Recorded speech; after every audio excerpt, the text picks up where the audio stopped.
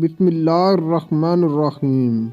منٹو، جس کو ہم سب جانتے ہیں، اس نے عورت کی نفسیات اور فطری جذبات و ہمت پر بہت کچھ لکھا ہے، لیکن عورت کے لیے ایک جملہ جو کہ انمول کہا کہ عورت کبھی بدصورت نہیں ہوتی۔ رزق عورت کے نصیب میں ہوتا ہے، جبکہ اولاد مرد کے مقدر میں۔